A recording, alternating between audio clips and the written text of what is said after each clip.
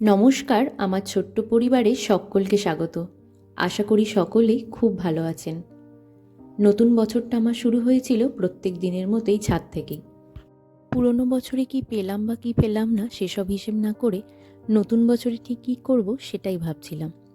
নিজের কাজটা ঠিকঠাক করে যাব, কারোর ভালো না করতে পারি অবশ্যই কারো খারাপ করব না, আর যদি কখনো কাউকে সাহায্য করতে পারি কিছু সেটুকুই করে যাব। ঈশ্বরের কাছে প্রার্থনা করি নতুন বছরটা সকলে খুব ভালো থাকুক এবং সুস্থ থাকুক, সবাই সবার কাজটা মন প্রাণ দিয়ে করুক। এক কাপ চা নিয়ে সকালবেলা ছাদে চলে গেছিলাম নিজের মতো করে কিছুটা সময় কাটাবো বলে। সকালটা সুন্দর হলে সারাটা দিন খুব সুন্দরভাবে ফুরফুরেভাবে কাটে। প্রত্যেকটা দিন ভালোভাবে কাটুক সকালবেলা উঠে আমরা কিন্তু এটাই আশা করি। তারপর বেলার দিকে ছেলেকে রেডি করে দিয়ে কিছু খেলনা দিয়ে ওকে খেলতে বসিয়ে দিয়েছিলাম। ও ওর বন্ধুকে নিয়ে বলছে আমি একটু ঘুমিয়ে পড়ি, আলোটা বন্ধ করে দাও তো মা। ছেলে মানুষ তো কখন যে কি করতে মন চায় একমাত্র সেই বোঝে। এখন তো বেশ গুছিয়ে পাকা পাকা কথাও বলতে শিখে গেছে, সেটা শুনতে যেন আরোই ভালো লাগে।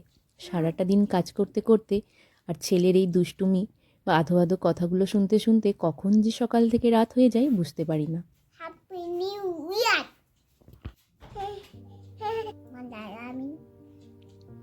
মাঝে মধ্যে কাজ করতে করতে যখন হাঁপিয়ে উঠি তখন হয়তো একটু রাগ হয়ে যায়, বিরক্তও প্রকাশ করে ফেলি।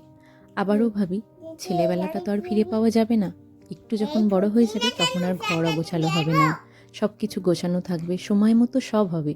কিন্তু ছেলেবেলার এই মিষ্টি স্মৃতিগুলো আর ফিরে পাওয়া যাবে না। এমনকি আর দুদিন পর থেকে ছেলের যখন পড়াশোনাও শুরু হবে তখনও আর এই সময়গুলো ফিরে পাবো না। তখন না ও আমার কাছে থাকতে পারবে, না আমি ওকে সময়টা দিতে পারবো।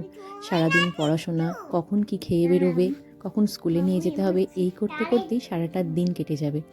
তাই এখনো মন প্রাণ খুলে আনন্দের সাথে বড় হোক, এটাই আবার ভেবে মনটাকে শান্ত করে নিই। আর আমরা বড়রা ঠিক যেভাবে ওদের শাসন করি ওরাও কিন্তু ঠিক সেটাই শেখে। যদিও এইভাবে ছুঁড়ে ফেলে দেওয়াটা কিন্তু আমি করিনি, ওই এটা নিজের মন থেকে করেছে।